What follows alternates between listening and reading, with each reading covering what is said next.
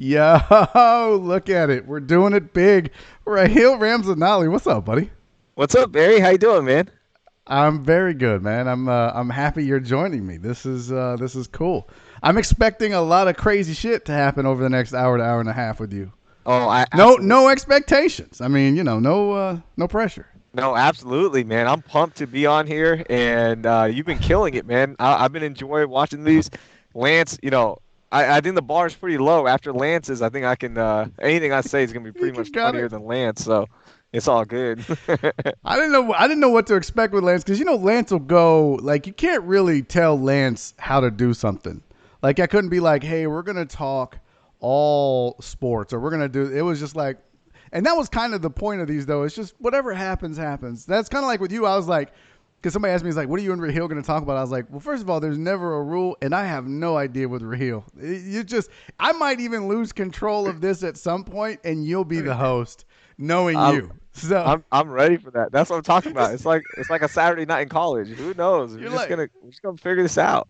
You're like, let me do it. Let me have it for a little while. I gotta tell you, man, and be honest with you, when because I set up a like I have to do a little description each time when I do these before we go live, and I gotta tell you, when I did the description, I was like, the things that I love about Raheel, I've never seen you in a bad mood.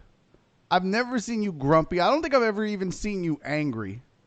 You're creative, you're funny, but you're fucking wild. Like there's no telling what's going to happen with you. Has this always been like did you develop this or have you always been this fucking crazy? Hey, hold on. Say that again louder. My wife is here. I want her to hear all this. All these All the good great, shit? great attributes that you just mentioned. No, she can't hear me. Cuz We're she poor. doesn't I agree only with got any one of that, right? speaker. Yeah, I don't Bro, have. my wife thinks I'm the stupidest person on the planet. Like I was just literally telling her I was like I was making some jokes and she was like nothing. And I was like I'm one of the top comedians in this city at times from a work perspective at least, like my schedule, right? You don't give me shit, but she'll laugh at a fucking Laffy Taffy or something on a popsicle stick. I'm like, what? What? What? No, I stopped trying to make my wife laugh when I realized that she laughs at Big Bang Theory, and I was like, man, Oh, wait our a humor. minute. Yeah.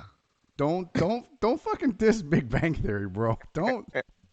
Are you a Big Bang Theory hater, or do you just know that I love that show?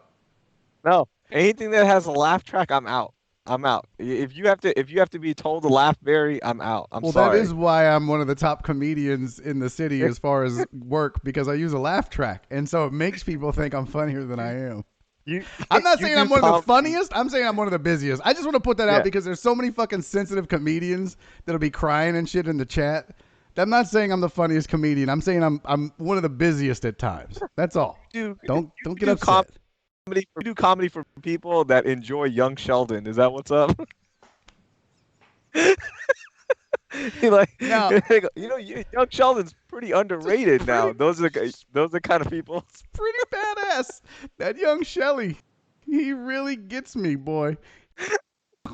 Yeah, Uh, uh, I do like the Big Bang though, and that flies in the face comedians are supposed to like, dude. It really does. Like if you I talk to people in this business, they're like, "Nope, that's a fucking awful show." yeah. And I just I always thought it was funny. Plus, my wife likes it. It's the one entertaining show that I can watch with my wife where she'll laugh. And that should have been my clue, Raheel, that it was a shitty comedy if my wife is laughing at it. See, It's I'm the telling you. Laffy Taffy of sitcoms. Fuck. Yeah. But Well, it's fine. Like whatever makes people happy, you watch it, right? And the other comedy that she watches that I freaking can't like stop laughing at is the show called This Is Us. Hilarious. It's awesome.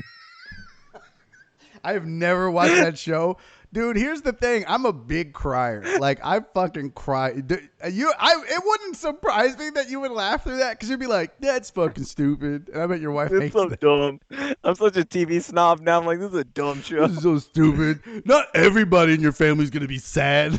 Like, Yeah. They just literally they go, hey, what strings can we tug at here? Adoption, multiracial couple, fat, everything. They I know. they hit What if all of it. what if somebody in a multi? What if they adopted a fat baby from that was put up by a multiracial couple Like they're just, and then he's got AIDS, and like they're just fucking. You're right, dude. I never Wait, watched wait, wait. one. Who brought the AIDS to the party? Hold on. That said no I AIDS mean, on the invite. It strictly said do not bring AIDS, I and mean, somebody brought AIDS. if you're gonna get tears, you might as well go all the way, right? I mean, what's sadder than Yeah. AIDS, bro? Man. Hmm? Actually, I was watching a documentary. AIDS is not that deadly anymore, obviously, because they have so many different. Well, HIV isn't. AIDS, I think at the point where it turns into AIDS, it does become deadly. But HIV now is not. It's not that bad of a deadly virus anymore because there's so many different solutions out there and ways to prolong life. It's pretty fascinating how we turned that into. It was a coronavirus documentary I was watching yesterday, and they were just highlighting like different viruses and pandemics that have killed off people and the rate of how contagious it is. And HIV is like in the bottom left corner now. Really? So, yeah. That is kind of interesting because I Act like remember. you, don't act like you don't take the PrEP pill. Stop. Be a magic, baby. We're beating it. Yeah. There's. I had that thought the other day too. Yeah, I go ahead. thought Magic is at home. For I one of figured them. Magic is at home watching everybody freaking out about the coronavirus like pussies. Yeah. I beat HIV and AIDS, and you pussies are worried about getting a flu on steroids. Get the fuck out of here. You know he's like, I got this. That is crazy though, because if you think about it, man, I remember as a kid that shit was scary when you heard about AIDS. It Mhm. was, it was like kind of like people think about the coronavirus now, but I think even more so. It was just, and then you found out that people like Rock Hudson were getting it, and famous people, Magic got it, and that freaked you out. It was different, but it's weird when you think about the fact that it's a virus like everything else, like this coronavirus, the flu virus. Yeah. It is. Pretty crazy shit. Do you What remember was the thing you were watching? it was a documentary on Netflix about coronavirus. Like just the go November, just kind of going through the timeline. It was really well done. It's Um, already out. yeah, yeah, and Wow. it has interviews with Bill Gates, some journalists that track vaccine or viruses, and in April, Bill Gates laid this all out. He goes, "Here's what's going to happen, guys. If there's something that's going to stop everything, it's going to be a pandemic at this global level. It's going to do exactly what is happening right now." And this interview was conducted in April, and Of he last said year.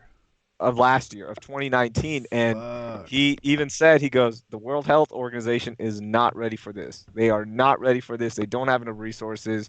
So if something like this does break, we're screwed.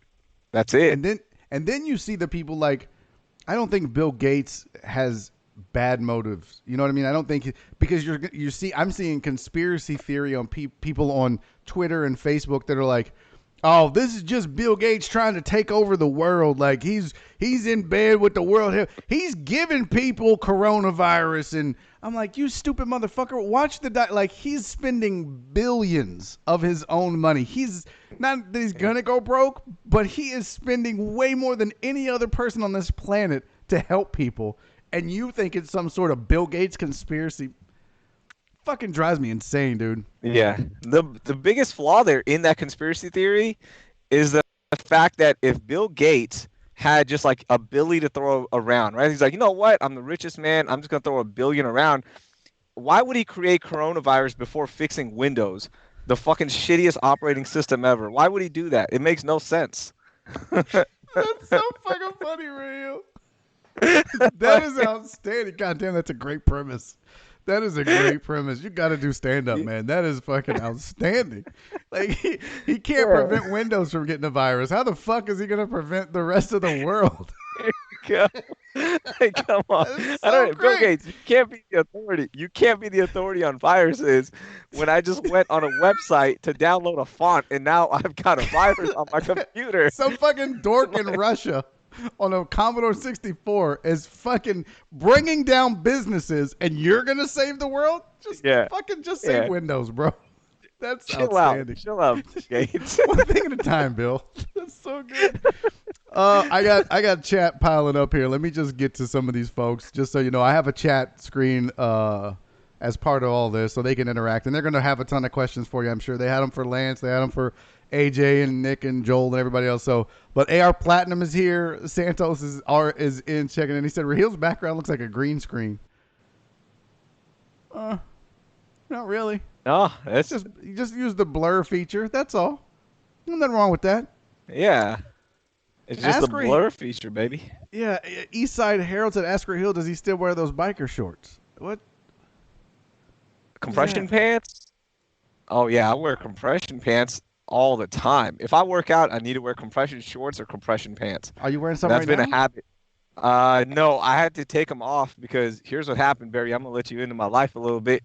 Okay, it's a Your little balls got embarrassing, but stank, huh? Because they make your balls stink. uh, dude, it's not even that. They give you a rash if you wear them for too long. Because here's my schedule. Okay, so here's my radio schedule. I wake up around 7:30. I'm doing my show prep. I walk to the room to do my show at 9. I get done at 11, take a post-game nap sometimes, then finish any work I have, and then I work out in the garage because I have some equipment, so I'll do my workouts in there about Mm.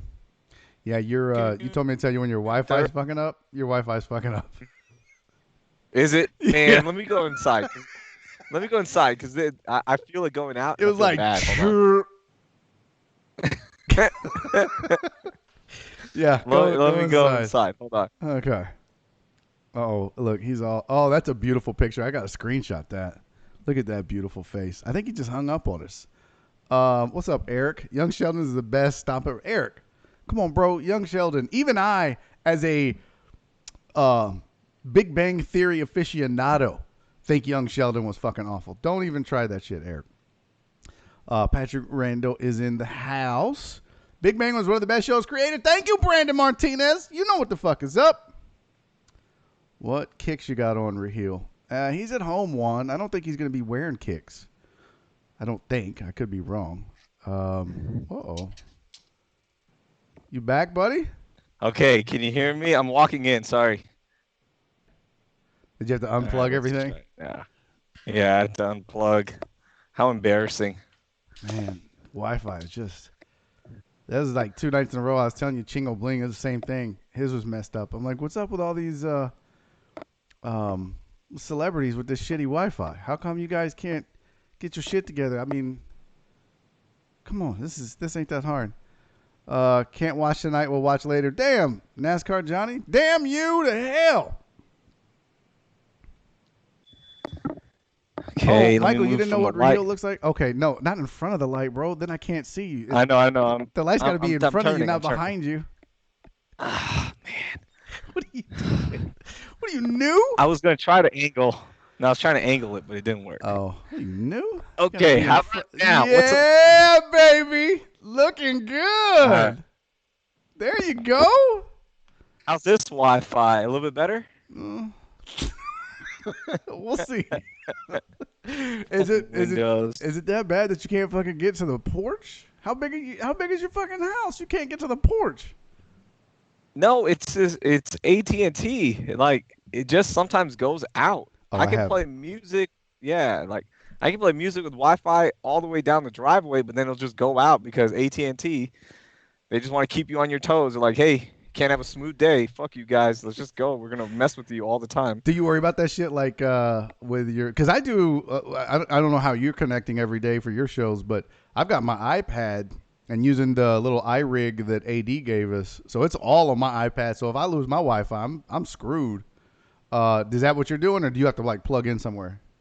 No, I'm doing the Wi-Fi as well, but I get good LTE in the closet because I'm in my master bedroom closet doing it because of the sound. And the backup has worked. It's dropped. The Wi-Fi has dropped a few times, and the LTE picked it up.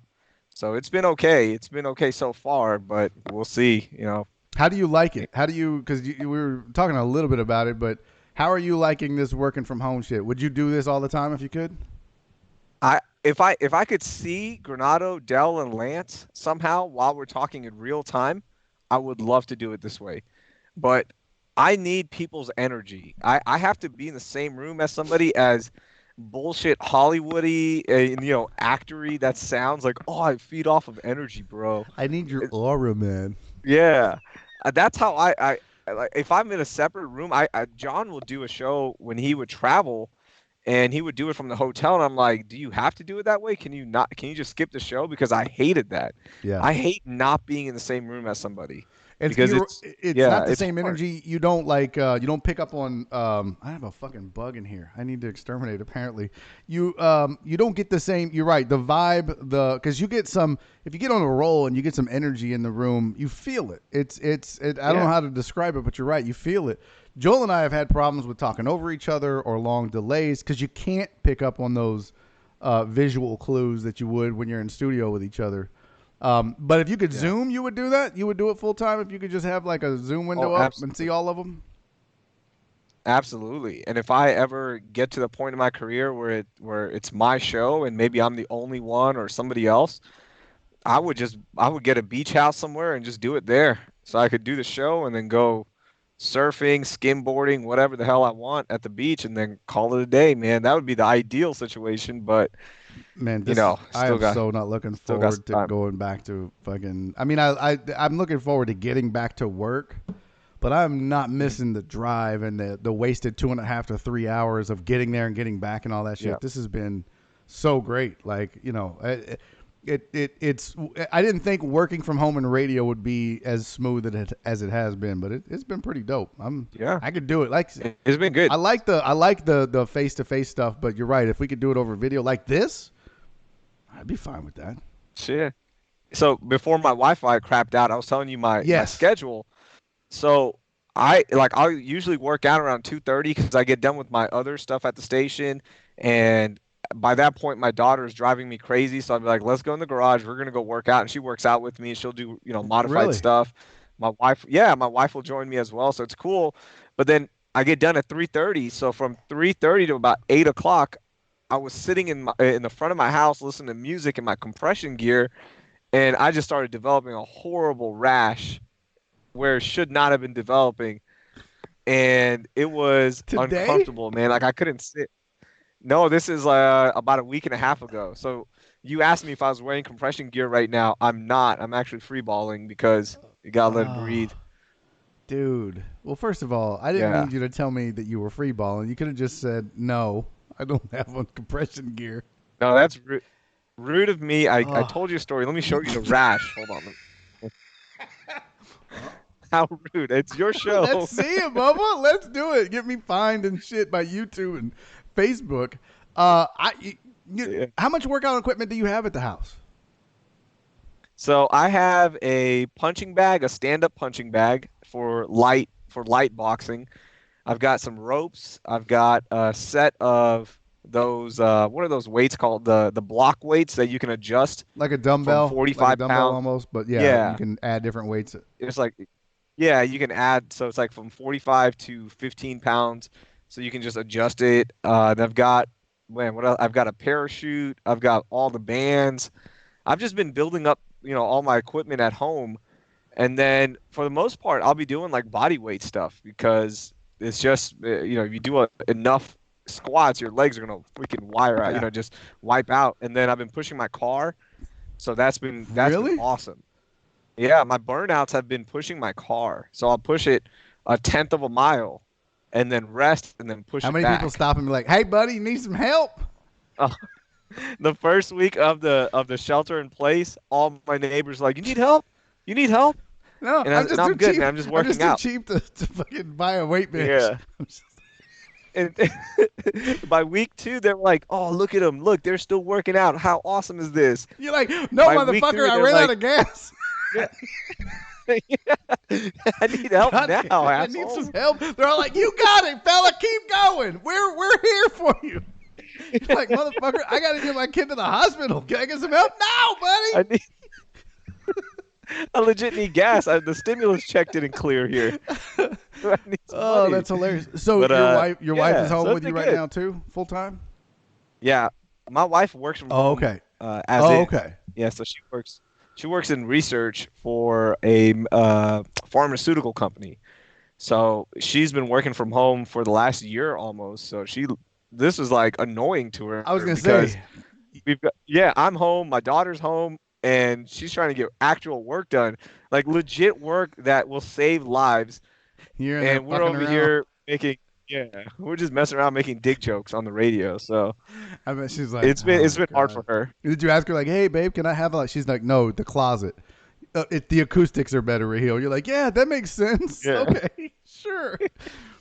Dude, I'm using my office. I have never stepped foot in this fucking thing since we moved in 2014.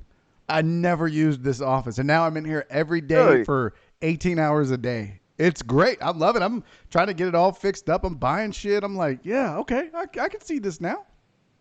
Yeah, nice. I dig it. That's damn. That's the life right there. If you don't go into certain rooms, that's you know what that is. That's no kid life It's right no there. kids. If you don't go into certain rooms of your house, that means you have no kids. I'm trying to think. Before this started, 3 rooms. That's it. Get home, it was Yeah. kitchen, living room, bedroom. And that was it. And bathroom, but I count that as, we call it the master suite because it's fancy, but it's the bedroom and the bathroom. But that was it. Like we have 3 other bedrooms.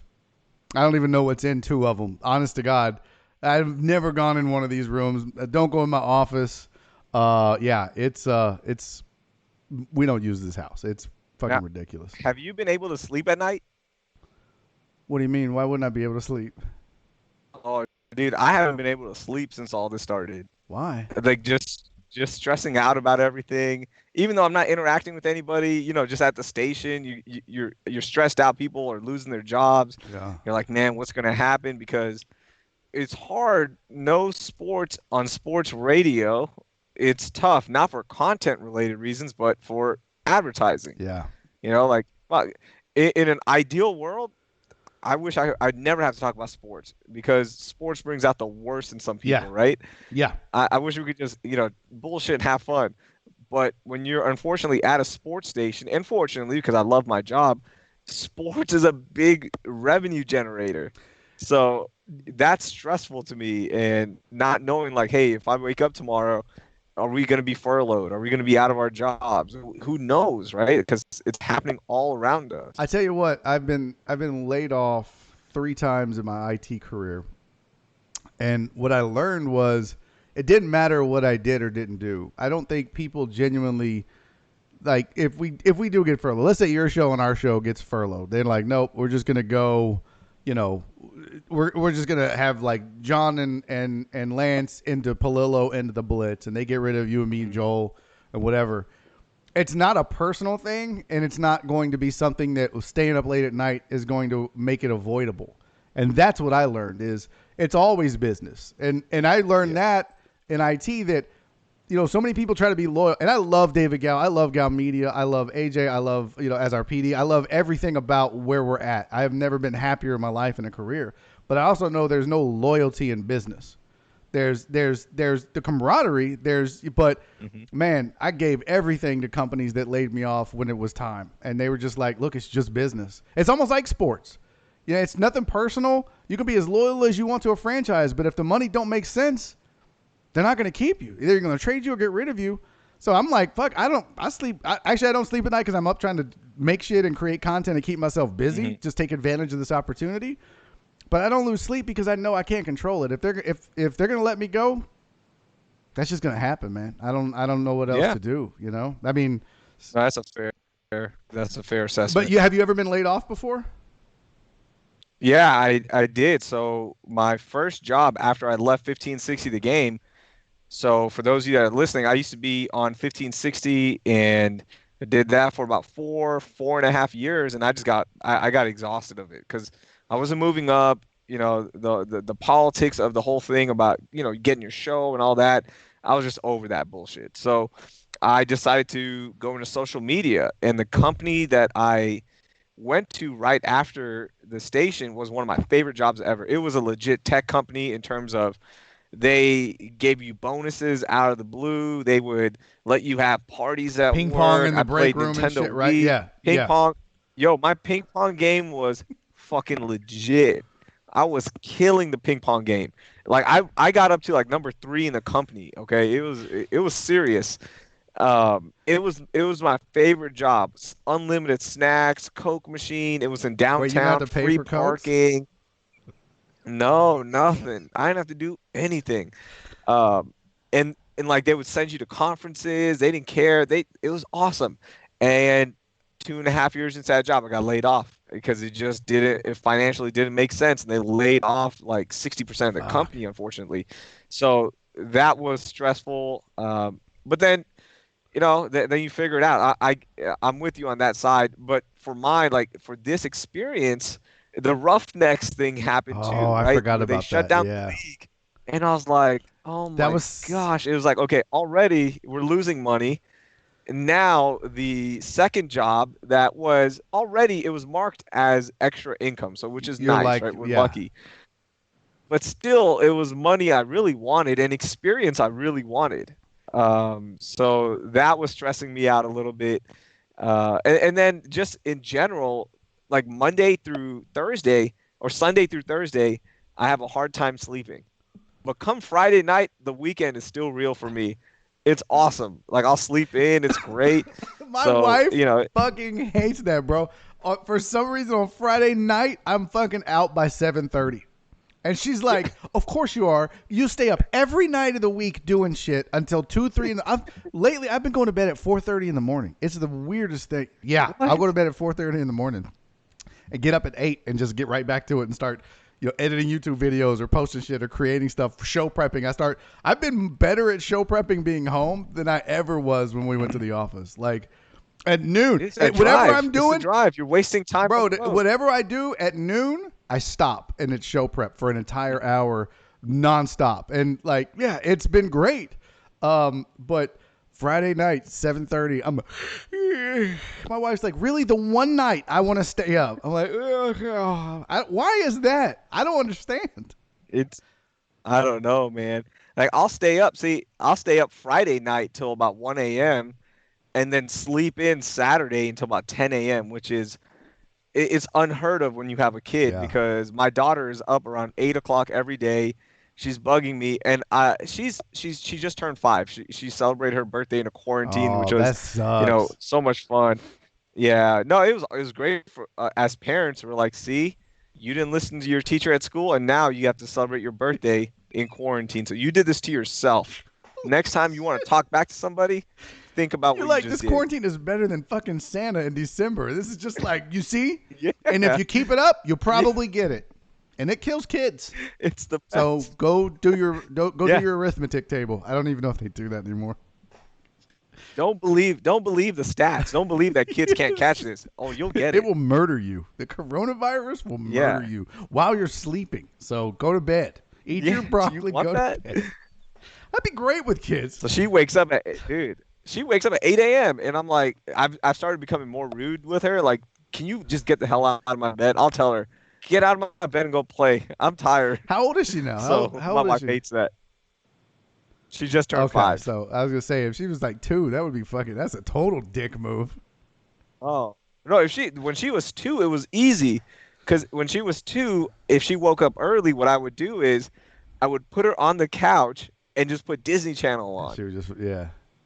And she would not bother anybody, and she's not gonna do anything. She's so enamored by whatever was on Disney that I could get like another 30 minutes of sleep in. But now with that extra energy, with that 5-year-old mind, she just wants to talk and she wants to do this and that, and I'm Dad, like, what I don't if? do What that. if? Is she what ifing you right now?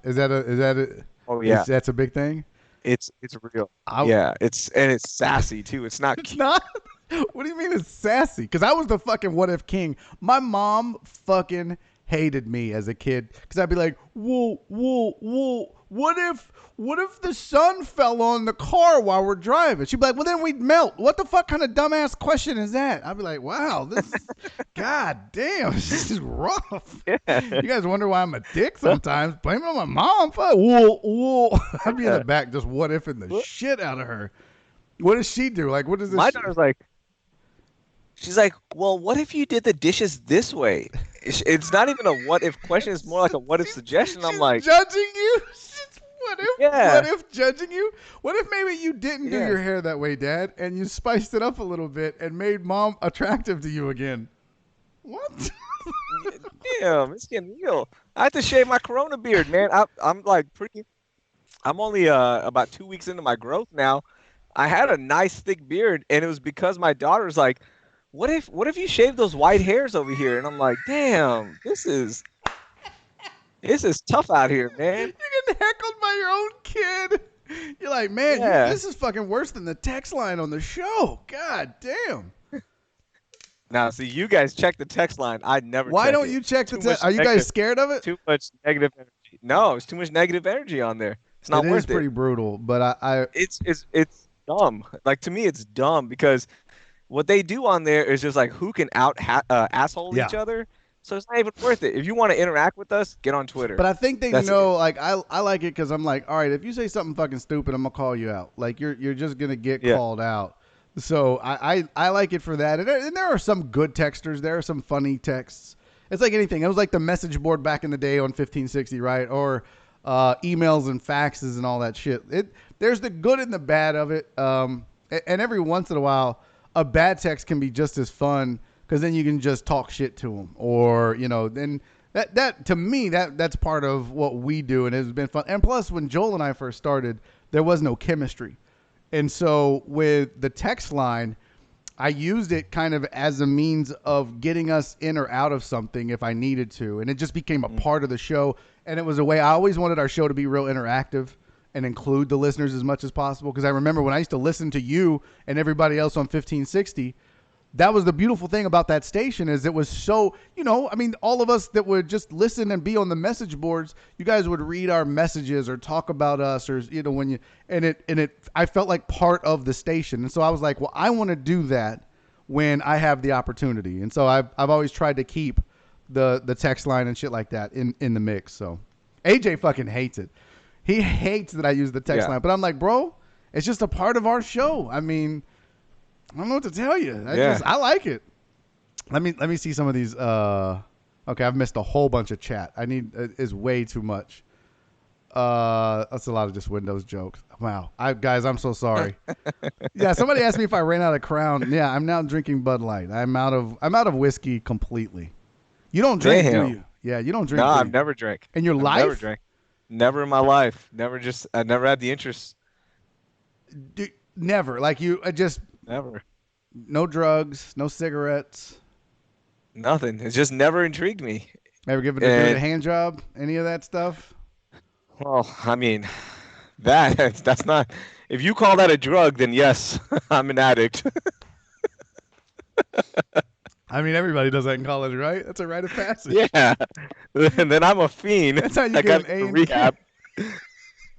Tie me off, daddy. I gotta get some shit in my hand. That's hilarious. Yeah. What you said something earlier that I wanted to ask you about. When you were talking about the social media thing, that was your favorite. Did you always plan to go into radio? Was that always the goal? Yeah, always. I went to school at the University of Texas for broadcast journalism. So initially it was going to be TV and radio and more TV. I wanted to do TV because I'm shallow and I want to be on camera and all that shit. Yeah. But after I did some TV internships, I just didn't like it. It wasn't the same energy and excitement of radio. So about a year in, I was like, you know what? You still have to do broadcast TV classes in that program, but I knew I wasn't going to go into TV. And then also just talking to some of my mentors that were in TV, the route that you have to take to make it in TV, I wasn't willing to do that. Like I did not want to go work in Waco or Baton Rouge or somewhere like that. I just didn't Doing want that. yeah, covering shit at 2 a.m. so that they could have something for the Yeah. 6 a.m. and shit. Yeah. Yeah, I didn't want that life. So radio was the life for me. And then, I was lucky to intern at 610 when I was in college. So I got to learn from Mark Vandermeer, Oh, really? from John Granado, Lance. Yeah, like I was an intern for Granado and Lance. And that's where I made, I forged that relationship with them because I would come set up their morning broadcast as an intern. So I was awake at 3:30 a.m. the whole summer. Yeah. Fuck. And I would be at the bubble by 4:30, setting up the show. They go on at 6. So I guess they saw something in me because I was there every single day, and we became friends. I kept in touch with them, and then Chance McLean, who was the programming director at the time at 610, and I would just I would bug him all the time by sending him my tape, my podcast links, So you were and as podcasting much back then. You were getting it. 2000, yeah, 2005 to Wow. 2006. Yeah. Before UT had the national championship. Like that's how long I was podcasting. Damn. So I would send him shit and kept in touch with them, and the stars lined up pretty much. The 1560 gig opened up right when I graduated college, and it just worked out. I got lucky, man. That's a big part of it.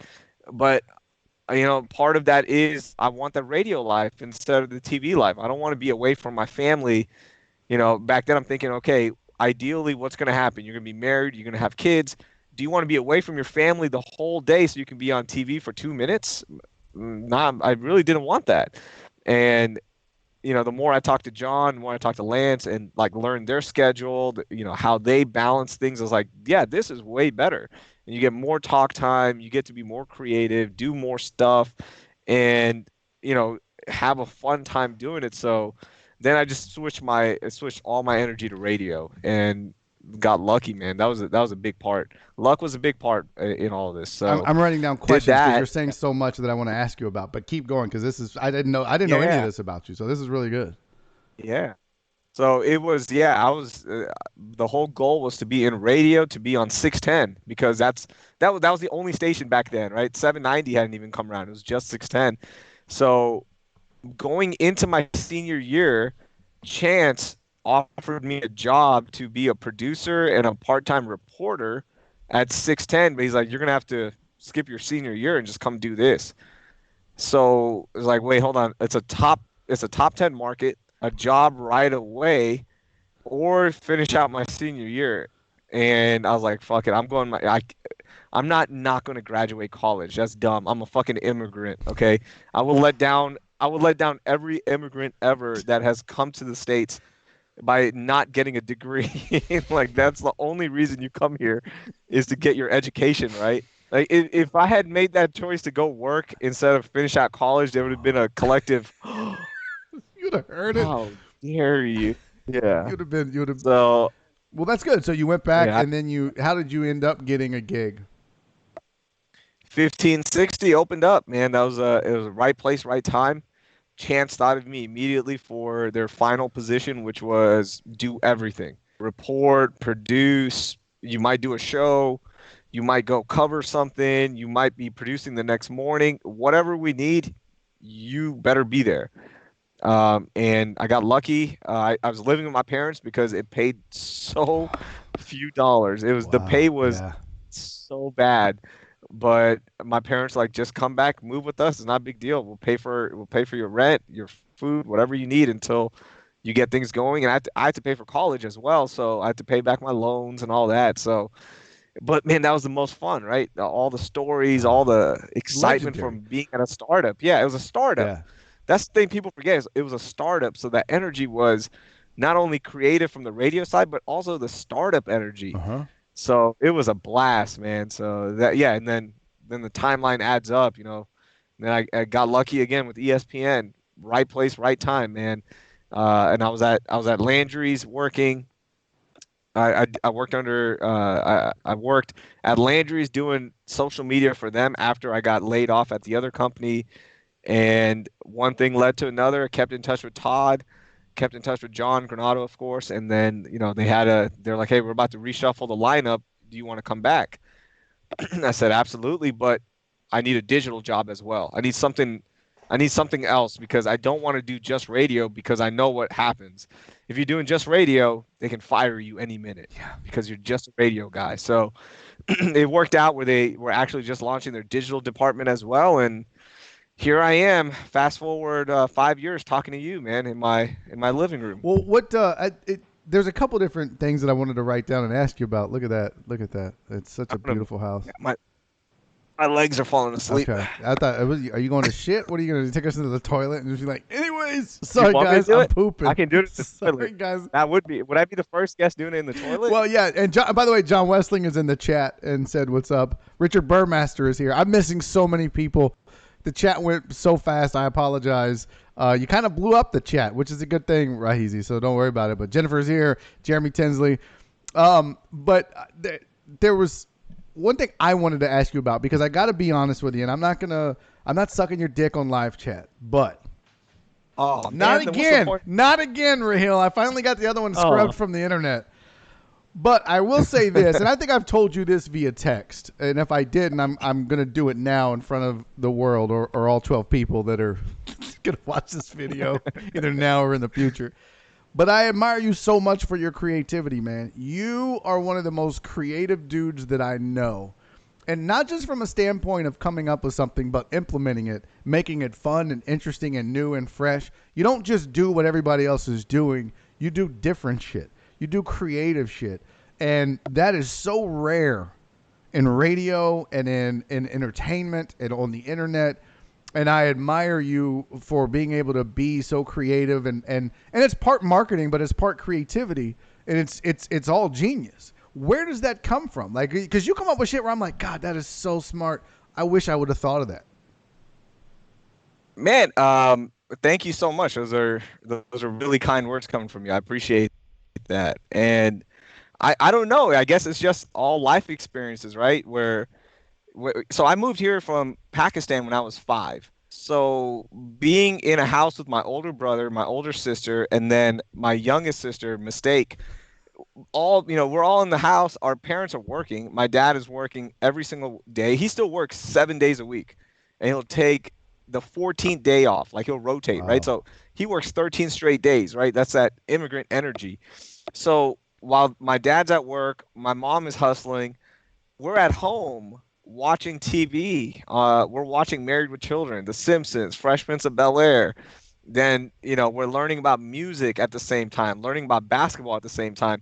So we just had all these influences coming into our lives unchecked. Right now, if my daughter wanted to watch The Simpsons, I'm going, ooh, No I, way. I don't think you're watching The Simpsons. You're 5. But here I am. I was 5 when we moved here, and I'm not joking. The first memory I have is watching The Simpsons and Married with Children when I Oh, got here, really? unchecked. Yeah, unchecked, right? So, like, I was raised by American TV, and then you start learning about hip hop and Uh-huh. rap, and you got that outside influences. Then comedy, was such a big part of my life. Watching Dave Chappelle, my brother pulling me aside and going, dude, one of my friends just showed me Killing Them Softly. You gotta watch Oh, this. And I'm in high school at this point, right? So I'm watching this and I'm like, this is unreal. I need more. So I'm figuring out, like, oh my God, I need to watch this comedian. And then at night when my dad would come home, this was the most important thing in my opinion. At night when my dad would come home, instead of, sitting down and doing homework with me and all that, because my brother would do that with me, he was older, he would sit me down and make me watch David Letterman. So really? David Letterman is one of the most creative guys, and his Love staff was David one of the most Letterman. Yeah. creative staffs, right? They would go all over the place, and that I've always loved that. I've always loved how they would make a sandwich shop a big part of their show, and they would go down and have the fucking sandwich maker on the shop on a national talk show. It was the funniest thing to me. So, it's just all these outside influences unchecked, I guess. Or I'm just blessed. Who knows? One of the gods gave me something. Who knows? Creative. Your God or my God? No, it's both though, right? Like it's you don't know you have that until you see people do it and try to mimic it. I mean, for Yeah. me, that was comedy, and then I watched Bill Cosby do that stand-up special called Himself, and memorized it, and then did it, and people laughed, and I was like, God, I love this so much. And I was 8 years old when I did that, and then that's when I knew this is what I want to do. I don't know how, I don't know why, I don't know when. Fast forward, I was 38 the first time I took the stage. Didn't even try to do it in my 20s or really mid 30s, but I just knew that's what I wanted to do, and finally had the opportunity after I got laid off. So I think it's more of you had it in you, you just didn't know until you saw other people being creative, and then you started trying to mimic that. What you mentioned Letterman real quick, and I made a note because it reminded me. There is no Guillermo without Larry Bud Melvin, right? Yeah. Or Larry Bud Melvin. You remember him on? He was on Yeah. Letterman, right? And that was that quirky shit about Letterman. That was the fun stuff that they no one else was doing. So you're right. It was I loved Dave so It much. was so random. It was so random. Whatever they would do, and you're like, wait, there's gonna be like 5 people laughing at this, but they didn't Right. give a shit. No. They're like, we're gonna do a show for us, and if you guys like it, cool. If not, then oh well, we'll figure it out. Is We'll deal with the ratings. is that how you do radio? You're like, I'm going to do what Yeah, I like, what I think is funny, and if other people like it, great, and if not, well, we'll see what yeah, happens. yeah, and like my interests, I get teased about this a lot because, like 1 minute I'm listening to Common and Kanye West, the next I'm listening to Sufjan Stevens, and then I'm listening to Willie I don't even know who the Nelson. fuck that is. Exactly, right? Like my tastes are all over Is because he a Pakistani hip hop artist? Who is that? no, Sufjan Stevens is one of the great folk songwriters of our time. Yeah, I mean, you are missing out, buddy. Am I? You Because want a I'm going to good disagree and say folk Alanis song? Morissette is the greatest folk Nah, artist of art. nah. He will outright her any day. He is a musical genius. Well, that's He just ironic. brings he That's yeah, it is. uh, So yeah, like I do what I want. I don't like I'm interested in a lot of things. I'm not gonna not do them because somebody's gonna make fun of me or somebody's gonna say, "Hey, this is sports radio. You shouldn't be talking about this." No, I like that's who I am. I wanna do all of these things. I wanna go do as many things possible, and I'm lucky. There's so many self motivating talks that you listen to and podcasts, and everyone's like, "Do what you want, bro. You gotta do you." But a lot of people don't do it because they're no. not lucky enough. Like I have the time to do it, so I'm gonna learn how to skateboard at 35. I'm gonna go learn how to surf at 35, or learn to do this, or learn to do like I want to do that, and then I'm gonna listen to whatever I want, watch whatever I want, and if you guys don't like it, I'm sorry, but I'm gonna try to convince you why it's awesome. But you're also really comfortable in your own skin, and that's a huge part of that, right? Like Yeah, well, yeah, you couldn't have a lot. I'm sure everybody in this business or in the entertainment business has some self doubt. It kind of helps drive you, as long as you don't let it consume you, right? Like failure drives us more sometimes than anything, or the fear of failure. But you don't. There's no. You're not vain in the sense that you worry if someone's not going to like what you do, or someone's going to judge you, or say that's stupid or whatever. Where does that come from? Because that's a hard, just as much as being creative is difficult, being comfortable enough with yourself to put something out there and say, this is me, and I hope you enjoy it and like it and think it's great. And if not, if you judge me, I don't give a fuck. yeah. That started in college when I was trying to find my voice, and I'm still trying to find my voice, right? Like, be comfortable with certain things and hiding that self doubt. We all have self doubt. You're Mm-hmm. right, Mm-hmm. always, right? Because if you don't, then you're not in this business for the right reasons. Yeah. You want to be challenged a little bit. You want to be out of your comfort zone so you can see yourself overcome that, right? But in college, what I found happening was certain things I would say, certain jokes, certain music I would listen to, no one agreed with it. And I was like, you know what? This is kind of weird that everyone's doing one thing, I'm doing the other, and like they're not they don't understand why I'm doing it. And instead of like, hey, you guys gotta listen to this, man. This is really awesome. This is life changing and shit. I was like, fuck it, I'm just gonna do that. And I got really comfortable with myself that instead, like when my friends would go get shit faced, I was okay watching an indie film from France because one of my classmates in my gay and lesbian literature class recommended it to me. I was like, this is interesting. I want to go do that instead of go get shit faced, So I just got really comfortable with that and learning different things and being comfortable with myself that who gives a crap what anybody cares about. Like your judgment isn't going to impact my life That's if I don't let it. that's so That's amazing. it. Yeah, dude. That's such an important thing because the genius, and I'm not calling you a genius. I don't want you to. I'm not sucking your dick that much, but you don't get to that point by letting other people tell you what you should and shouldn't do, can and can't do. Guys Yeah. that get to that level that you and I and plenty of others are striving to get to, those guys get there because they don't worry about what everybody else thinks. They're not trying to fit in. They're just doing what they fit, what feels right to them, and don't give a fuck about the criticism. And that can be very difficult to look past. Is Yeah. I criticism. tell I tell young people that want to get in this business, the first thing you have to get over is trying to impress everyone and trying to get everyone on your side or agree with you. You're not going to do it. So why bother? Yeah. Why waste that energy? I mean, I don't know. I rarely get involved in Twitter, spats and going back and forth and all that. If you don't like my opinion, okay. Oh well, you don't like something. Oh, who cares? Go. We live in a world where you can literally go do anything you Uh huh. want. So if you don't agree with my shit, guess what I'm gonna do? I'm gonna go play basketball. I'm gonna go play hoops, and you can either hang on Twitter and be like, oh, Raheel's not responding. Oh, what a coward. Or you can go do something. Go do something. You have endless So you don't resources. argue with anybody on Twitter? I fucking argue all the time, Rarely, but I kind of enjoy arguing with people, and rarely. just because it's an opportunity for me to fuck with people at some point, and that brings me joy.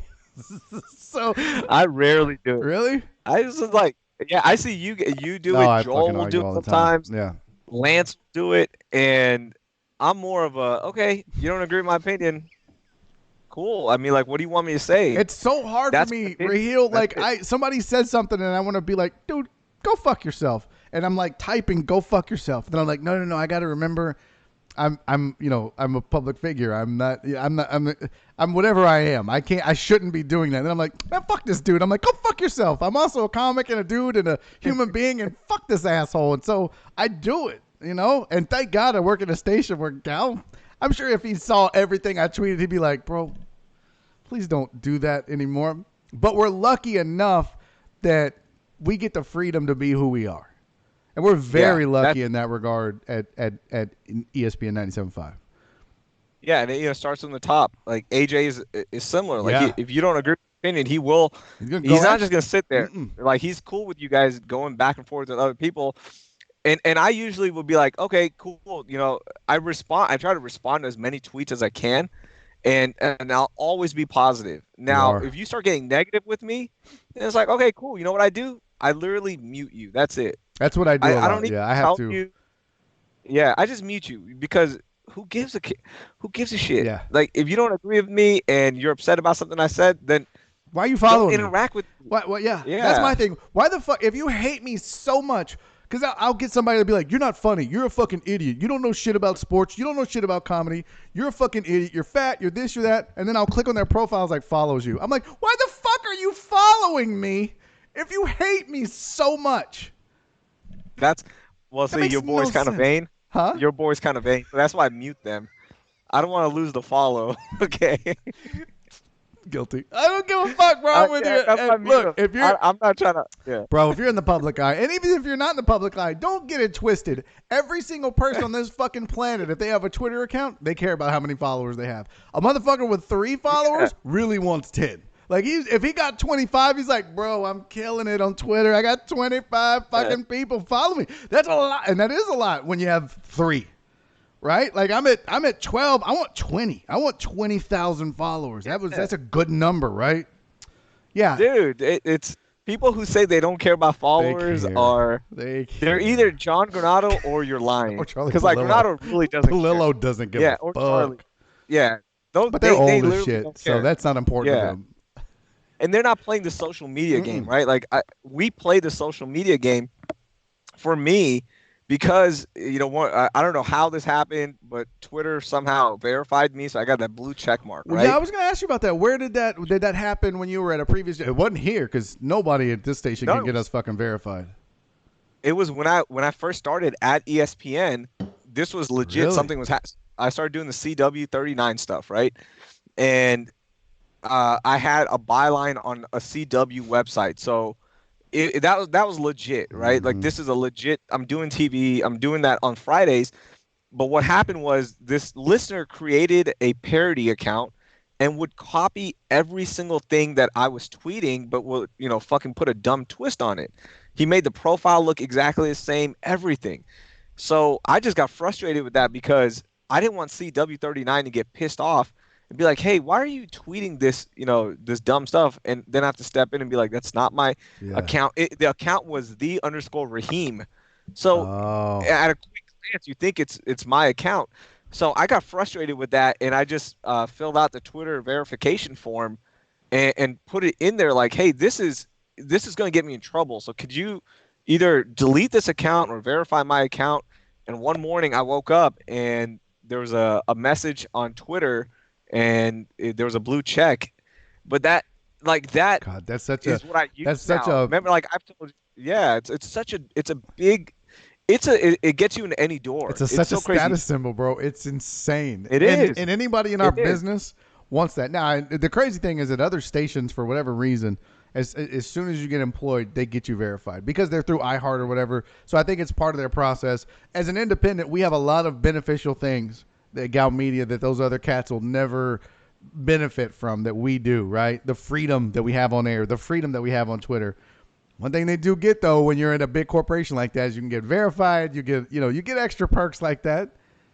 So you get Yeah. Chick-fil-A black cards. That stings. Oh God, I'm so mad Yeah, but about I that. dare them. You know what they can't get that we can, Barry?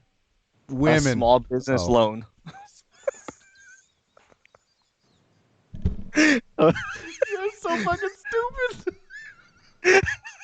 You're so fucking Get a- stupid. I'm marking that off the list. So fucking stupid, real. All right, that's a good segue because you mentioned that you watched a lot of comedy and you're a funny fucking dude. Obviously, you have a comedic mind. Was there ever the thought of doing stand up? Was that a thing you ever wanted to do? No, never, man. I'm like you, man. The fact that you did it, and this isn't like I'm going, oh, if Barry can do it, I can do it. But I'm saying it more from a standpoint that you did it, right? So I always keep that in the back of my mind that it doesn't matter what age you are, you're gonna have to pay your dues. You can do this, right? Barry did it. He went on this journey and he made it as one of the top billing comedians in the city of Houston. Yeah. All right, what's Yeah. up? Get your reps, baby.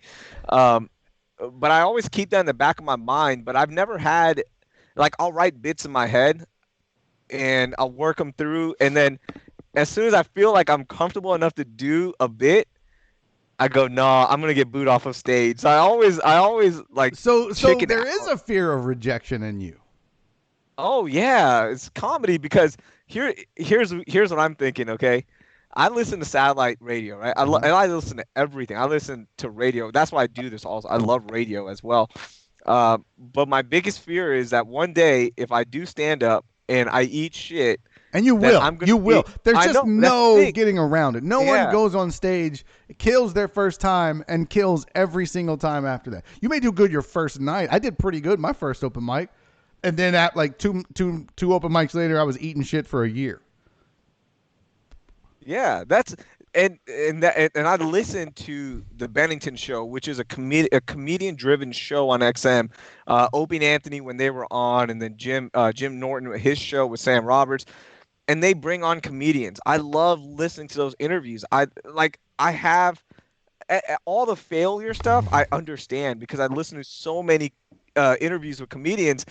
But my biggest fear is that one day I wake up and they're making fun of me. They're like, and you just see this fucking loser out of Houston, this fucking idiot. Like I just can't. That That amazes me fear because for a of guy that yeah, one of the traits that I admire about you, and there are many, but one of them is you don't give a fuck. You do what people think about you. In that sense, you would. If other comedians judged dude, you, it would kill you. It would absolutely kill you inside. yeah, That's fascinating. See, I didn't know that about you. This whole live chat was fucking weird. That's fascinating. That's really crazy because yeah. you're Just that you're show. I don't care about the other comedians. I don't care about other yeah. just that show. Like it's specifically the Bennington show. I don't want Ron I Bennington think to you're a judge me. dumbass. You know?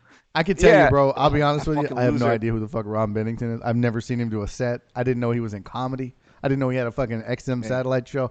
No idea. You'll be fine if Ron Bennington thinks you can't do comedy. You'll be okay.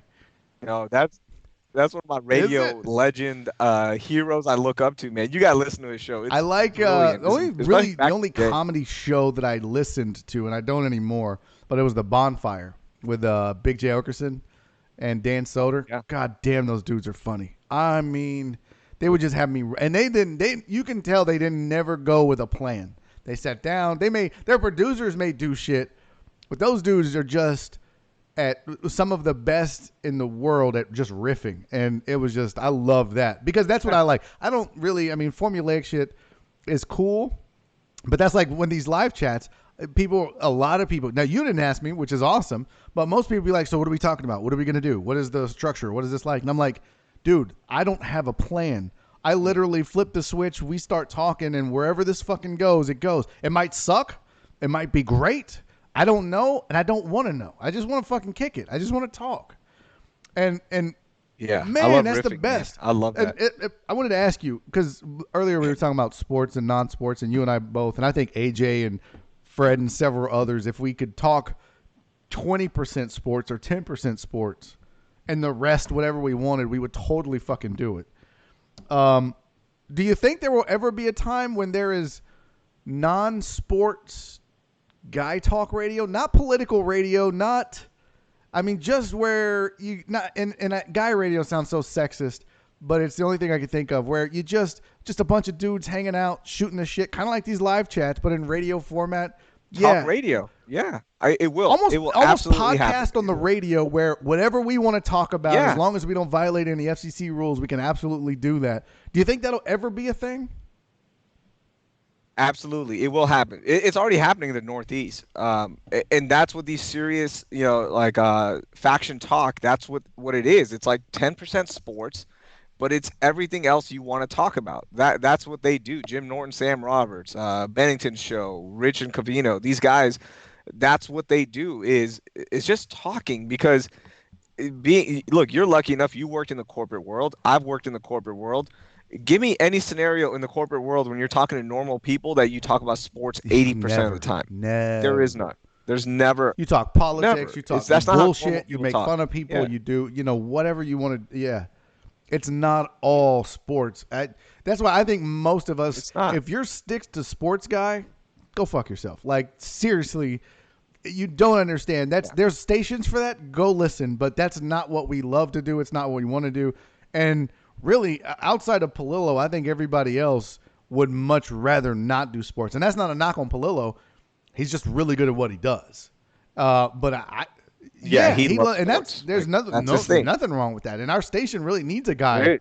I love sports, but I don't need to talk about it Yeah, all the time. I miss one thing. I miss watching right the now. NBA Yeah, playoffs. I miss that. If you took away NFL football from me next year, I'd be like, really. okay, fine, whatever. You took away college football, but for some reason Texas was playing, and they were just, they were just, Scrimmages. I guess, playing some. Yeah, if it was just the Big 12, I'd be okay because I do love Texas football still, but I miss the NBA. I miss watching the NBA because I still play a lot of basketball, so I want to watch. I want to watch and be like, oh man, I want to go try that, or I want to do this, or man, this is something we should run. So I miss that, but if I didn't have to talk about it, Yeah, cool. It's not a big deal. We can talk about anything else. Because that's how normal people talk. So I think to answer your question, it will happen. It will absolutely happen. And here's the other reason it's going to happen is because advertisers are going to see podcasts like the Joe Rogan Experience, The Bonfire, all of these comedian-driven podcasts that are getting millions uh of huh. dollars a year from ad revenue, and they're going to say, well, On why the not just radio. do that on Yeah, the radio? That yeah. is going to happen. It's all about the money, right? It's already started in the Northeast. It's making its way down, and it's like radio, starting in the Northeast and the wave rode all the way across the country. It's going to happen where it's just going to be talk radio. It's Yeah, just it's talk not radio. We're sports just talk, talk. political talk. It's just talk. No, He'll go get a business loan. no, Let's do it's this. just I talk. mean, I still want to do sports talk radio, but there's definitely a market for it. I feel like a lot of the folks that listen to us would listen to a station like that because we're closer to that in this market than anybody else by far. And I think we might Agreed. be closer to that than anybody else in a lot of markets because of the diversity of the lineup. So yeah, I hope it morphs into that because I'm with you, bro. I'm telling you, and AJ has to come in and fuss at us sometimes. He's like, bro, you guys didn't fucking talk about the Texans and this happened or that happened, and I'm like, all right, my bad, fuck. I know. It's a, but Yeah, I would much rather not. I just want to shoot the shit. I want to have fun and talk about anything and yeah. everything. And like I respect where we are, right? Because we still Hell have yes. ESPN, which opens a lot of doors for us. You email somebody, you go, "Hey, I work at ESPN Houston." They immediately respond to your email or your call. I Yeah. respect the hell out of that. Love it. I still want to work at ESPN National one day. I Really? still want to work there one day. And you see Dan Lebatard doing his thing, you go, oh, absolutely, it's possible that I could one day work there, right? Because I grew up Yep. loving ESPN. I want to be part of that. That's awesome, um, and all that good stuff. And you have to respect the medium we're at. And same thing with AJ. Like AJ would love it if we could just talk He's about got a anything, job to do. but he has a responsibility to Yeah. the advertisers, and with those advertisers, ratings are huge, and you have to play Yeah. that game sometimes, right? So it sucks, but I understand it. I never throw a fit like when AJ tells me like, hey, dude, you know, tone back on this, talk a little bit more about this. I go, absolutely. You know what? We got to play the game because in order to do the radio that I want to do, we still have to do Yeah. ESPN radio. We still have to do sports talk radio, unfortunately, right? Or fortunately, again, we still have a job, which is awesome. So yeah, there's my little Uh, spiel on the I just future want of to say radio. cheers to Sean Glancy. He said Bud Light for him as well. Yeah, it's all I got left. Hey, somebody had a question for you in the chat, and I missed so much, but I've really been interested in this conversation. So I apologize to everybody. Donnie Drake, Roland, Edwin, Patrick Cisneros. I'm sorry to everybody in the chat that I'm missing. I really am. But I think you guys are probably enjoying this too. But somebody did ask about male golf or female golf food. What happened and why? And what was the origin of that? Oh, What happened to it? People love that shit. it was it started with John and Sean Mm-hmm. Salisbury. They used to play it, um, but by the time I got to ESPN, we were brainstorming ideas, and I remember hearing that one time. I'm like, John, we got to do that game that you guys play, and like have sound behind it, have the racist gong, and like really, really Really? play into the stereotypes. And it was hilarious. We would have so much fun with it. But when Lance came over, with Lance, the NFL Network is coming over as well. He brings that audience, and that was part of it. People blame it all on Lance, which isn't fair. I think the second part and the more important part was, I think the joke got old. Like it just got Yeah. old because we Yeah. did it And it for can happen. 3 years. Yeah, there's only so many times you can laugh at that straight up racist talk, right? So it just got old, and we just let it die out. Yeah. Which Well, it was fun though. It was fun. every bit has its, and that's a super important part of comedy is knowing when the joke is done. Because you Hmm. can run shit into the ground, and then everyone's like, all right, this is. But knowing when to eject is super important. Edwin Cruz is in the chat, and he said something. Several people have said something, but they miss Dale and Raheel. And Edwin said, in his opinion, best show on ESPN 97.5 ever. Do you miss that? I'm sure you do. Oh, I miss it a lot. Then thank you for the kind words. Was it Edwin? Thank you. I already forgot your Edwin. name, buddy. I'm sorry. It's okay. I'm Yeah, sorry. Edwin I'm an Cruz. asshole. You're a dick. Yeah, I As mean, you're as soon as you you're said it so was the important. best show, You can't remember people's names. it's like, hey, I've made it to a different level. A I'm doing commentator. live chat with Laminack on a Wednesday, bro. Yeah. Sorry, I don't have time to remember your name. When a commentator on a live chat tells me I had the best show ever, I've made it. So fuck everybody else right now. I miss that show so much, man. It was I we got the raw end of the deal. I thought it was bullshit still, and it sucked because we were building something, and I never cared about ratings. You'll rarely find me bragging on ratings because I know how cyclical they are. They go Oh up yeah. and down and all that. But our final book, 6 months in, we finished number one. So there was something, right? There was some momentum there. And the thing that bothered me was we were building something. The audience was going up. You could see it on social media. You could see it on the podcast numbers, all that good stuff.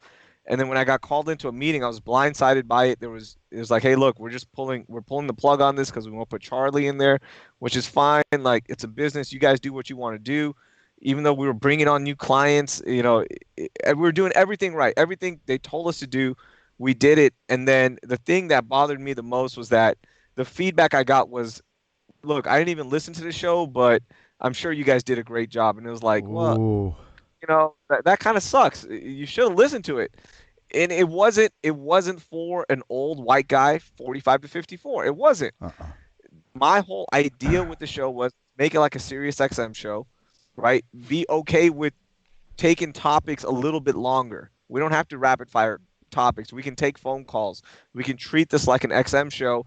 And it was also to give my audience, when I was sitting down with Dell, I said we need to do a show for minorities 25 to 35. Maybe stretch it to 45-year-old, so because we talk like them, we were bringing stories that were important to them, we were talking about things that they cared about. And my whole logic behind this was, if they're going to give us a couple of years with this, let's build a whole new audience. Let's not just eat into this pie that's already there of old white guy, 45 to 54 sports radio listener. Stick Let's to give sports guy these, usually. yeah, stick to sports guy. Let's bring the audience that 97.9 is getting, that 94.5 is getting, that all these other stations are getting, and give them a new home. Yeah. Because there's somebody there's names that sound like their names. The way we talk, it sounds like them. It's not, oh well, welcome to sports radio, and all that stuff. It's, what to do? Let's talk about sports. So that was my whole thing with that show. And when they pulled the plug on it, I was like, well, you guys didn't even give us a chance to bring a whole new audience to the station. Uh-huh. And that's why originally ESPN did so well. And still why we're doing so well is we have a different audience. We're not eating into 790, 610 audience. We don't want that audience. Mm-mm. Keep Like, the old let them people. fight over that. Yeah, seriously. You didn't keep Exactly. 55, 60-year-old men that just want us to talk about the fucking third arm in the bullpen and Yeah. shit. No, no, that's not what we're going to do. We want younger people that will not die of coronavirus, right? Look how forward thinking we were. Bro, if this don't end soon, 790 and 610 are going to be out of listeners. They could be fucking Like, tapped, bro. We I'm just win. telling We you, man. win. The coronavirus might. Yeah, sure. We had to go get a small business loan, but you know what, bitch? At the end of the day, who won?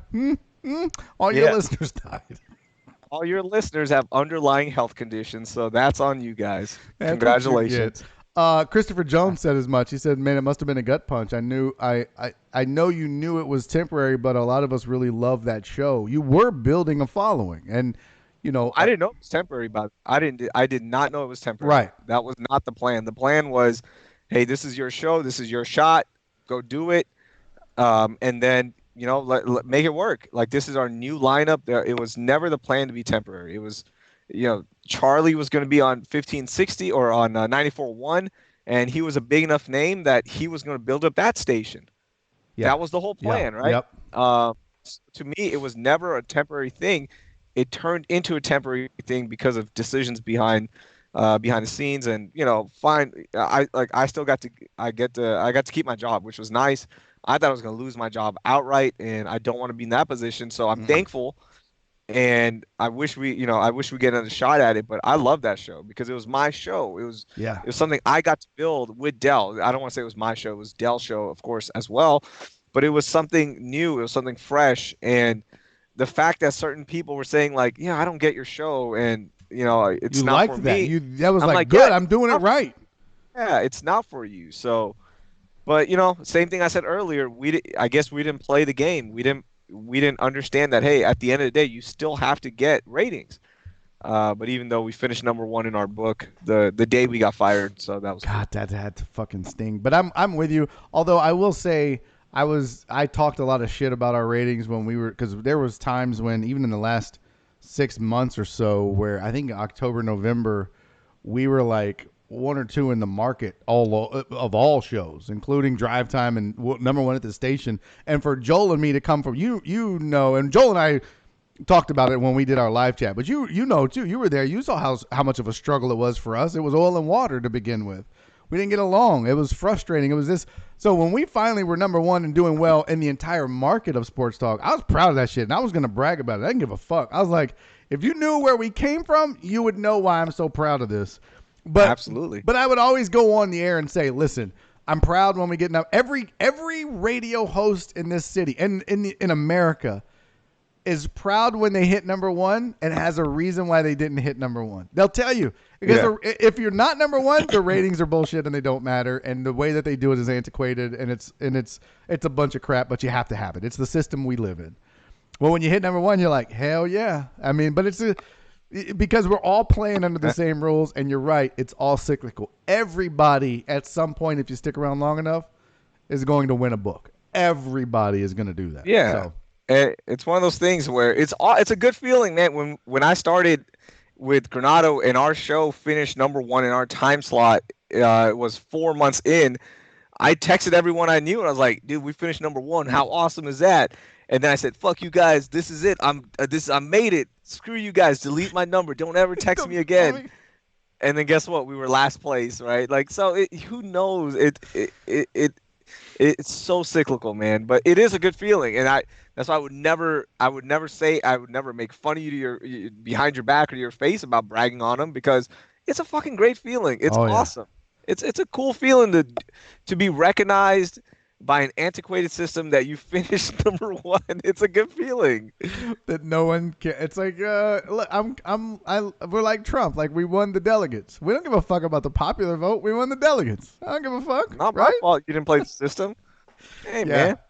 It is a necessary evil, unfortunately.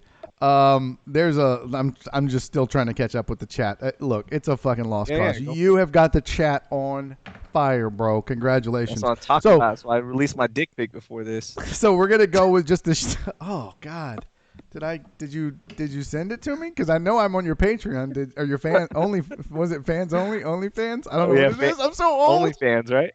I'm so fucking old. Last night I told somebody, well, when I'm twitching, what? That's not. You're twitching.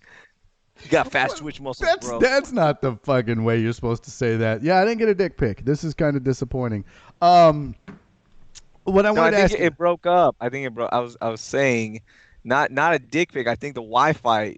Is that what it was? Oh, yeah, gotcha. Yeah. Would you ever try comedy? Raheel, I'm dead serious, bro. You're funny enough to get on stage for 3 to 5 minutes at least and do jokes and get laughs. If I put together, because I've been trying to get Lance to get on stage because he's the same way. AJ did comedy for a few times. I really wanted to put together a ESPN 97.5 comedy show or roast or whatever and get a lot of us that are funny dudes on stage and do something like that. You wouldn't try it if I could get that to happen. I would even help you punch up your set. I would help you write your set. I would be like, look, if I were doing this is how I would do it. You know, you make your jokes, but here's where you could make it not so wordy, get to this punchline faster. I would help you with the mechanics to be your joke, but I would help all you guys with that. I would try it. Would you? I would absolutely. Fuck yes. Yeah, I would absolutely, especially with your guidance. I would absolutely try it. Absolutely. I guarantee you, if I could get together a show at the Improv on a Wednesday, and it was ESPN 97.5 Comedy Night, and it was me, you, Lance, and AJ, and who else at the station do you think would go up? I don't think Granado would do it, and I know Charlie wouldn't do it. That's probably it, right? Yeah, Granado, it depends. You know, you got to get him in the right mood.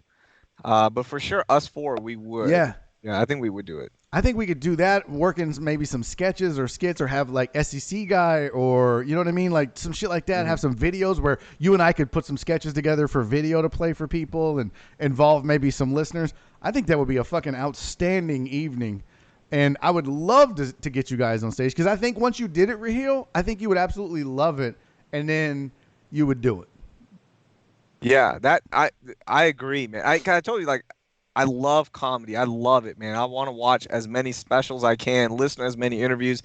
I respect the hell out of people that are doing it, like you and the greats, like going through and grinding it out. I respect the hell out of everyone, because I understand how hard it is. That hurts. So I would love to do it. I respect guys like you and the greats. Yeah. Yeah. Oh God! I You're respect guys like you and people that are funny. I respect guys like you and guys that are good at it. I respect people that watch The Big Bang Theory and people that understand humor. So, look, the world is big enough for all of us. Oh, that's so funny. Oh fuck, that's hilarious. Okay, well, good. You know what? When we get out of this Rona bullshit, I'm gonna sit down with the powers that be, and I'm gonna try to work something out with the Improv, because they're always looking for different themed shows and stuff. And if we can't make it happen at the Improv, we'll figure out somewhere else to go. But I don't want to do a roast, because to be honest with you, 610 does those all the time. I don't want to Those are roast. the I don't best. want to roast Earl Campbell because you can only make so many bad knee jokes. You know what I mean? Like, Oh, okay. But I think if we just had like a variety show where we all did some stand up, Lance has been itching to do it. You know, I think yeah. it'd be great, man. I think it would. Other question I had for you, and I won't keep you because it's almost 8:30. I don't want you to be up all night. I know you got to get up at the crack of 10 to get shit done. Um, you said when you started that it was about. Oh, look, somebody wants Juggalo Trey to do comedy. Okay, I would totally watch a Hey, Juggalo yeah, Trey. yeah, he would be good. He could be the host. He could be the. What's up, Yeah. everybody? Thanks for coming out. Boo. Okay, I'm sorry. I'm sorry. You can't apologize from the stage. That would be all Trey. Every joke Trey made, he'd be like, and then black people be like, and then he'd be like, not that there's anything wrong with that. Totally Trey. Women be shopping, but I love women, so there's nothing wrong with that. You talked about interning, and I feel like that's one thing we could probably do better at ESPN is not only utilizing our interns but helping them because I don't feel that anymore, and I don't know that it's like that at other stations. I kind of get the sense or the vibe that internships aren't what they used to be in radio. Do Yeah. you feel that way? Do you think that are you kind of like looking at it like, man, a lot of the times they're really. I mean, Trey benefited from it. Is it right Mhm. place, right time? Is there something that you have to be kind of special to get that? I think the way we do it is actually perfect. Really? Yeah, I think I love it. The way we do it is you come in, for those of you that don't know, you run a lot of bullshit in the background. You're podcasting, you're logging stuff and really paying your dues. And the most beneficial thing they do is listen. They Because a lot of these interns say they want to be in sports radio and they don't listen. They don't listen to sports Mm-hmm. radio, Mm-hmm. so they get a chance to listen to people do it and pick up new techniques and figure out ways to do things. But moreover, what I love is, and this is again, like, this is how I came up, and I'll remember this. We had 8 to 9 interns in our class as well, and all of them had the same opportunity that I did, but they didn't take it. So I want a big class to come in, and I want the intern that wants this, Right. right? A beautiful Andrew, Jose, Trey. Trey, guys that go out of their way to show, like, hey, I really want this. What else can I do? Hey, I did this. Listen to it. So it makes the really hardworking interns stand out on their own. There's no hand holding of, hey, do this for us. No, the interns that go out of their To way show you. and they want to do something, I'm like, cool, let's do it. Because I Let's feel do I it. You feel have to take the initiative. I feel like in a way like I saw Lance do kind of that intern symposium where he bought lunch for everybody and talked about the business. And I think all of us could do more of that, right? I think a lot of us could. And I tried, especially at first, and it hasn't been like that lately because we're really in a groove. But we always tried to involve the interns in the show to give them an opportunity to get on air. I mean, with Trey, I would Monday movie moments with Trey. I would pull him in to read that sex book out of and the Blitz did the same. Everybody used Trey, but Trey had the personality that we all recognized of. Trey is radio gold. Like, if you don't use Trey, you're a fucking idiot. But there are other people that could do that, but I feel like we could probably help, and me included. I feel like I should reach out more to the interns and try to help them because I saw a tweet. I think it was not Jim Mudd. Somebody that worked for Jim Mudd. He did Lopez and he did In the Loop with Nick Wright and John Lopez. It was an intern, Josh Beard, and he was like, "Oh, look, today is the 6-year anniversary of when I got my internship with them." And I saw what he was talking about. And I was like, man, that's so different than what we do. Because he was like, I was Mhm. assigned to In the Loop. I would, get them lunch. I would set up shows. I would run calls. I would do the podcast. I would get ideas. I would get audio. I would do this. I would do that. Jim Mudd taught me so much. And I thought, man, we don't do that. But then Yeah. what you say makes a lot of sense because if you're just handed it, how do you even know that Yeah. that No, person's going to be good at it? So it's the ones that go, yo, like Radu was one of those guys. Radu was in Mhm. everybody's face. Yo, I want to get some shit. I want to do something. Yeah. Dude, we do it, and unfortunately, our schedules don't cross over that much. Like, while we're on air, you're not at the station, but that's what we do with our interns. Is The first day they come in, I tell them, look, anything you need, any ideas you have, pull me aside, tell me. Whatever you want to learn. You got to learn the board. You want to work in sports radio, you better learn how to produce because that might be your ticket in, and then you work your way up. So the interns that go, hey man, Dell, can I shadow you? Dell has never said no to an intern. He'll let you shadow them. Mary, one of our interns, she plays softball at NYU. She would be on the board every single morning. She would, help with segments, and it's because she wanted to do it. I'm not gonna go up to an intern and be like, "Hey, buddy, can I help you do this?" Because you know what doesn't happen in radio? You don't come up to me like, "Hey, Raheel, can I help you with this?" But no, Yeah. it doesn't happen. You have to go do stuff on your It's a own. cutthroat So business in a lot of yeah, ways. that's how it is. You have to be self-driven. So if you can't do that, then I'm not going to take the time to help you. It's just not. It doesn't make sense because I'm setting you up for failure then. So I want interns that, hey, Raheel, help me do this. And I've never said no to an intern. I'll help them shoot stand-ups. I'll help them Hmm. do sports map stuff. I'll help them learn the board with Dell. We're setting up interviews. Whatever it is, we do it. But you have to take the initiative because that's how the real world works. Yeah, that's a good point. I had never I never interned. Fortunately. Oh, hi. Is that your wife in the background? From my Hello. perspective, yeah. Yeah, I never had to intern. I kind of went a different route by winning Rock the Mic, and I cut my teeth on Sundays when no one was listening, and I learned the business that way. But I always thought, man, I hope we're doing right by our interns, but it sounds like we are because it sounds like we're if you At least our show is. I don't think your show we is. don't really. I mean, well, I feel like we gave Juggalo Trey tons of I'm airtime, messing. Dick. Yeah, could you imagine Joel going, "Yeah, intern, come on." Oh my God. Don't Oh, learn. now Joel's going to text me, "Hey, thanks for the comment, bro." Don't learn from Joel. I Although love I will Joel. give Joel credit, and I hate doing this so much, but you think about how many people Joel's responsible for in this industry in Houston. How many people like he's given an opportunity to? He Yeah, put a lot of people over, so to speak, man. dude, Joel. He's always. And look, I'm cool with everyone. I think there's like a handful of people I'm not cool with because I just don't want to deal with Who? bullshit, right? Name names. Name names. Who? Nah, Number one. no, they don't exist to me. Oh, come on. Just Um, one. yeah, I'm like that. God, really? Yeah, Did he? because they don't Can I exist to me. guess? If I guess what you tell me, No, really? I love everyone, Barry. I That's love so. everyone. No, obviously you just said there's like 10 people you fucking don't you that you hate. I just want one name, Uh, bro. Me and AJ threw dirt. Me and Joel threw dirt. Nick and I threw dirt. Come on, man. Get in the I don't spirit. throw dirt. See, you're so I don't throw nice. dirt. That's how you are. I know you don't, and that's why you don't talk shit on Twitter and you don't talk shit about people. Yeah. Come on, man.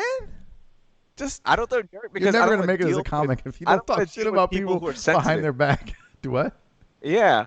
No, I'll talk shit about people. I don't care. But the reason I don't do it publicly is because I don't want to deal with sensitive people. Mm, People get upset and they're like, why did you say this?" No, I don't want to deal with that. I don't. If you can't handle like shit talking, then, and most people can't. no. Most people cannot handle shit talking, right? So I don't want to deal with it. But back to my original point, I'm cool with everyone. And like I try to be nice to everyone because at some point I'm gonna ask you for something. Like Barry, you're gonna be able to help me, and I don't want you to be in a position to say no, right? I want you to be able to say, "Hey, man, yeah, of course I want to help you out because I would love to help you, right, Barry?" But I want to be nice to everyone. That's a great philosophy, Um, man. right? That's the way we're all gonna need each other at Uh some huh. point, right? And I'm not being selfish in that, but that's just how the world works. But with Joel, when I first started, he went out of his way to, rib us, of course, when we were doing no layups with Nuno and Uh myself. huh.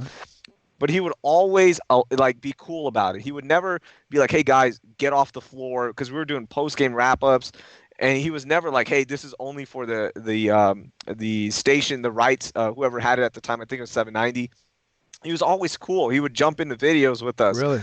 and he was really nice about it, right? So I've always been, and I've always been nice to him about everything. So again, it goes back to you're going to need help from Yeah. people, right? If Joel hadn't been nice to me when it came time when he lost his job, and people are asking you like, "Hey, what do you think about Joel Blank?" I'd have been like, "Fuck that guy." Yeah. No, it was rather no. Joel's a really cool dude, man. Joel's a nice person, and that's what this is all about. Not this business, but just life. you're gonna need help from people. Life is too hard. Life is way too hard to make it on your own. It's impossible.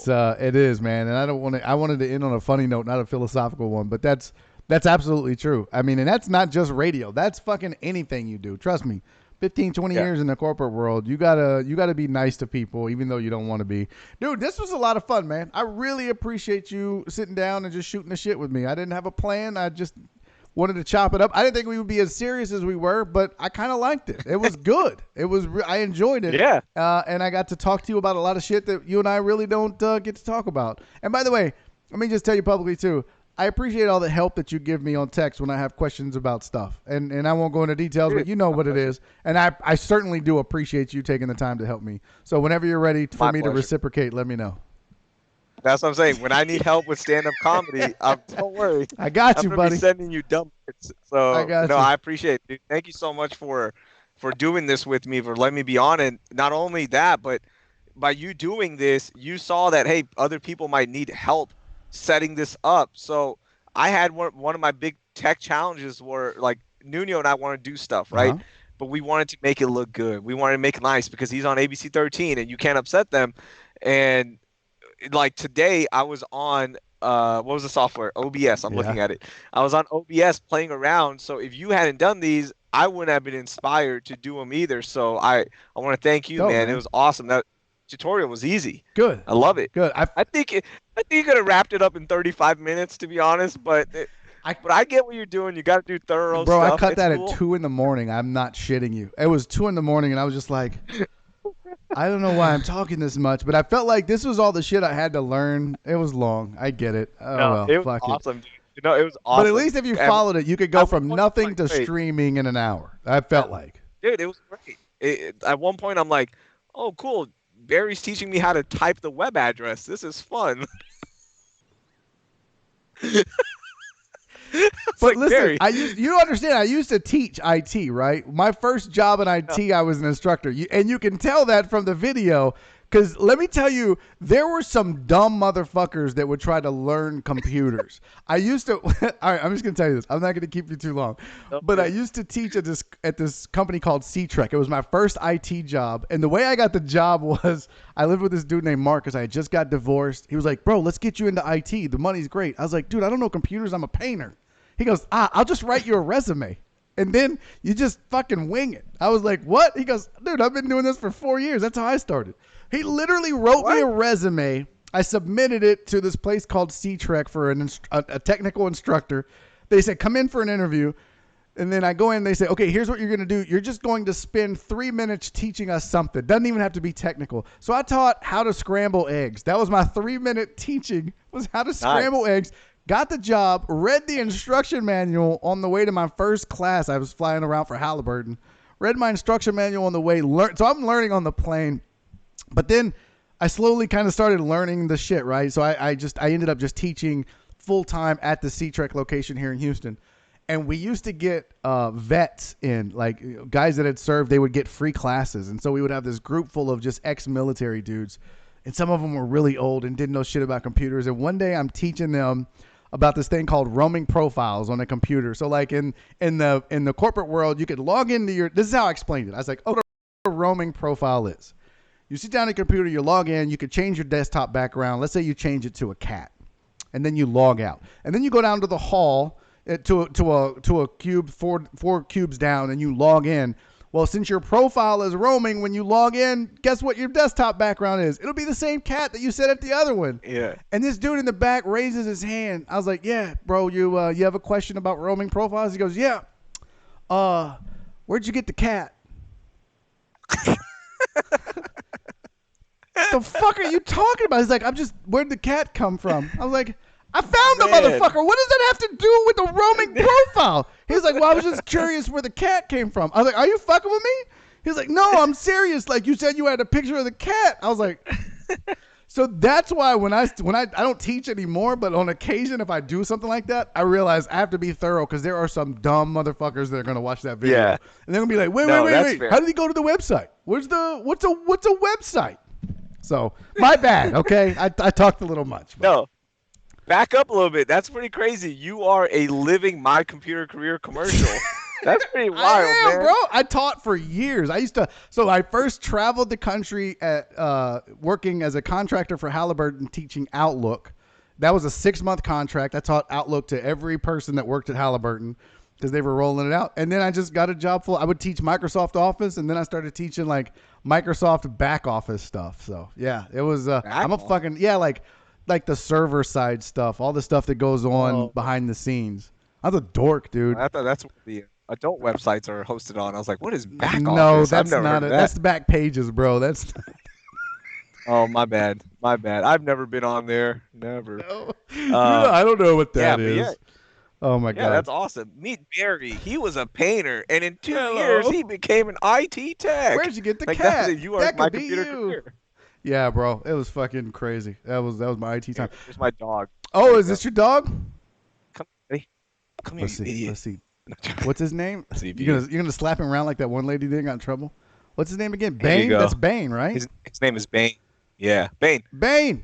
Oh, he can't hear me. You idiot. Um, do you have you gotten a haircut? It doesn't look like you've cut. Do you cut your hair yourself?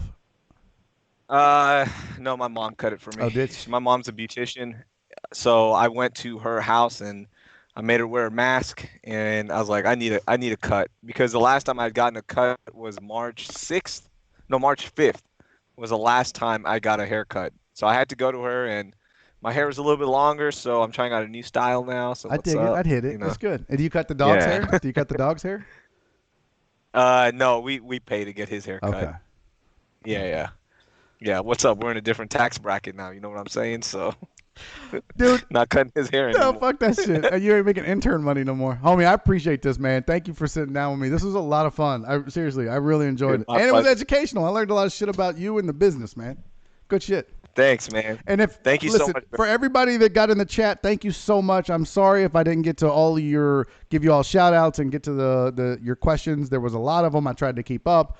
You know, Raheel talks a lot, so I was trying to listen. So I just thank you guys though for tuning in. Tomorrow, what is tomorrow? I think tomorrow is Alice Little from the tomorrow's Quentin Dimps joins me tomorrow. So tune in tomorrow, Nice. 7:00. Quentin Dimps will jump on. We're going to talk about athlete rappers and how shitty is Bill O'Brien. So that'll be fun. So, but dude, I appreciate you, homie. Thank you, man.